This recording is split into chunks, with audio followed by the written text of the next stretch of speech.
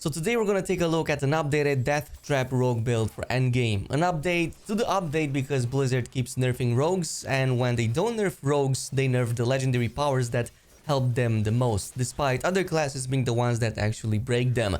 Still, this build, I have managed to solve the energy and cooldown problems following the implementation of the advanced Twisting Blades nerf a few days ago, so let's jump right in. Now, the build works largely the same. We're still going balls deep with the poison and the death trap so we can crowd control enemies, increase our damage, and generally thrive in situations where groups are very large. However, there are a few key differences from last time we covered it. I'm no longer using Dark Shroud, even though it still is a great damage reduction source, but instead I use Dash and freed up a couple of points to focus more on some of the other passives. Also, now we have 2 charges of Shadow Step, and between these 2 abilities, we now also reduce the cooldown on our Poison Trap via the aspect of Synergy. And since Blizzard disabled the Edgemaster aspect for the moment, we also have 1 free slot to play around with some of the other different legendary powers. Now, since the aspects we chose play an even bigger role now in our build, I went with the following. So our biggest contributor to fixing the energy regen problem is going to be the Ravenous aspect, which gives us a really good 50%, but it can go all the way up to 70% energy regeneration after defeating a vulnerable enemy. I've actually compared the footage with it and some of my old ones when I did not have it, and you can see I was constantly sitting on low energy despite my best efforts without it. And since Twisting Blades no longer reduces cooldowns as easily on my traps, that meant no more fast regen, so this was a quick way to compensate. Essentially, now I'm almost always over half energy and can more easily spam my attacks. Another one is the smithing aspect that gives me a crit chance boost against injured enemies, but also extends my crowd control duration by up to 40%. I figured we're getting so many benefits from crowd controlling enemies and we're constantly CCing them, why not take advantage of it, like getting extra damage, reduce incoming damage, crit chance, and even energy regen from the Paragon points and some of the other passives, especially during knockdown phase of the poison trap, but also as we slow enemies with the basic attacks, that I might as well just extend these and make them longer. Plus, an enemy that's being prevented from ever hitting you is by far the best way to mitigate the damage if you can do that. Also, since we use Mangler's aspect on the gloves, we constantly get to daze these enemies, so that's another CC, something that synergizes further well with the trick attacks, already for more knockdowns. As I've said, this build has a lot of crowd control in it. And speaking of that, aspect of synergy helps even more to bring down the cooldown of our poison trap whenever we use a dash or shadow step. So we can cast it more often, get the benefits more often, plus the extended duration. I think that's a nice synergy right there. There's also one more added advantage, and I actually followed Woody Joe's advice on this one. I picked Ravager's aspect on the feet. We don't care too much about the damage or the refresh component of it, even though those are nice too, but mostly for the double shadow step we now have. I oftentimes found myself being stunned in nightmare dungeons, and another shadow step would have helped me a ton to break out of it and reposition. This does just that with the additional source of it. Everything else is the same as before, so we're going with the Blast Trapper aspect on the amulet to more easily spread the vulnerable debuff to enemies affected by our traps. On the crossbow, I have the Blade Dancer aspect. This is the bread and butter for this build, so we do have to use the return spin mechanic on the blades for the extra damage.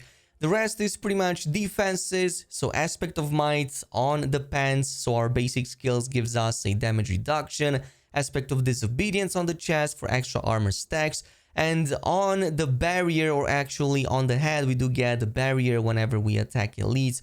That also contributes quite a bit to our survivability. Now, there's one thing I further tested out, and with this build, instead of going with Inner Sight, I wanted to see how preparation works. And surprisingly, this ended up being more useful than I thought, and initially even solved some of my cooldown and energy restoration problems.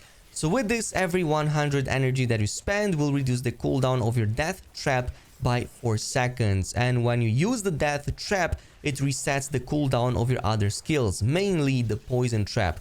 So this build already burns through heaps of energy as it is with the Twisting Blade attacks, so it helped to compensate the fact that Twisting Blades no longer refreshes the cooldowns as easily as before.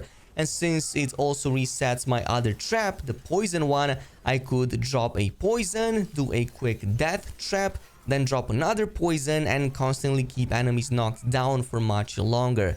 So all in all, I found that this gave me a more consistent result. I could more reliably refresh my cooldowns and regenerate my energy as a result, though I didn't get the bursts of damage as I normally would whenever I would trigger the Inner Sight Infinite, regen in that case. Also, does this help against bosses? Well, not if you can defeat them under 10 seconds and if you have the damage. In that case, obviously Inner Sight would be much better because you can then just spam and burst the boss down. However, in group situations and when you're lacking some of the components, I did find preparation to be quite useful. Skill tree wise, nothing changes really except me dropping the 3 points from the Dark Shroud and going with the 1 into dash plus the remaining 2. I could now afford some of the other passives that I was previously lacking. So if you want to, you can go ahead and just copy it down like how I have it right now.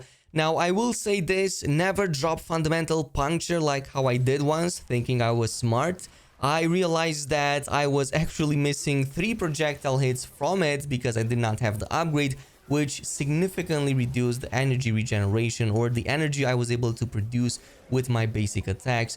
Don't be like me, don't do that. Also, make sure that for the twisting blades you find gear that gives you some extra points to it, like having a +4 on even one piece of gear can help a ton to buff the damage on it by like at least 15, 20, even like 30%, which is actually huge. Everything else is the same, so going quickly over these, sturdy plus siphoning strikes helps a ton with survivability, especially in the middle of large packs, as we constantly crit and as a result heal ourselves easily. Also, knocking enemies down happens constantly, so concussive is almost always up there giving us crit chance. Plus, you'll absolutely want to use that 1 point into trick attacks, especially if you have that legendary aspect that dazes the enemies. That 1 point into dash helps a ton too, or no point if you happen to have some gear that already gives you some points into it by default, which I found to be quite often. We don't really need more than that because we're mainly using this to zoom, gap close and reposition, plus to traverse maps a lot faster. It goes without saying that Poison Trap is integral to this build, knocking and debuffing enemies, plus buffing our damage when factoring in the Paragon points too. There's actually a rare node in the Deadly Ambush Paragon board that reduces the arming time significantly on this, and once you get it fully upgraded and meet the requirements, you can basically trigger it almost instantly. Otherwise, Exploit and Malice, 3 out of 3, nice boost in damage. We also got the 3 poison passives here in the imbuement node, mostly to reduce the damage from poisoned enemies, but there's one called Alchemical Advantage that helps us with the attack speed, so that means we can build our energy faster with the basic attacks. And speaking of regen, Innervation, Aftermath and Adrenaline Rush are the final components that help us to upkeep our energy so that we can spam our most devastating abilities. Really nothing you haven't seen, and also the Death Trap plus the Exposure, Capstone passives right there at the end. Now for the Paragon boards, this is how they look like. On the starting one, I went with Combat because it just helped me a ton with the energy regen, in this case quite a lot every time we do critical strikes. Plus, it massively increases our core skills as we invest more and more points into the intelligence nodes at the start. The next board is the Deadly Ambush. In this case, it helps us a lot with the critical damage against enemies affected by trap. And I also went with the rare Turf Glyph. It helps us to reduce damage from close range enemies, but also further increases our own damage to close range enemies. Plus, there's the Cunning rare node here that gives us more damage reduction, and also the rare Spring Loaded, which, as I've said, helps us a ton to reduce the arming time on the trap, the poison trap that is.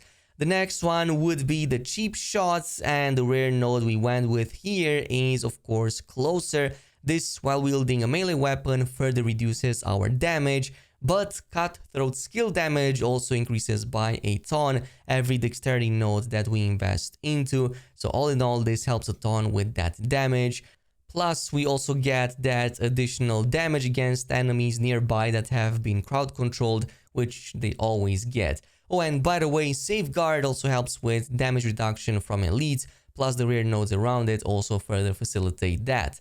Obviously, we also went with the tricks of the trade, even though we did not pick that specific legendary node. In this case, we mostly went with the exploit because it helps us to spread vulnerability a bit easier, plus it increases massively our damage against vulnerable targets.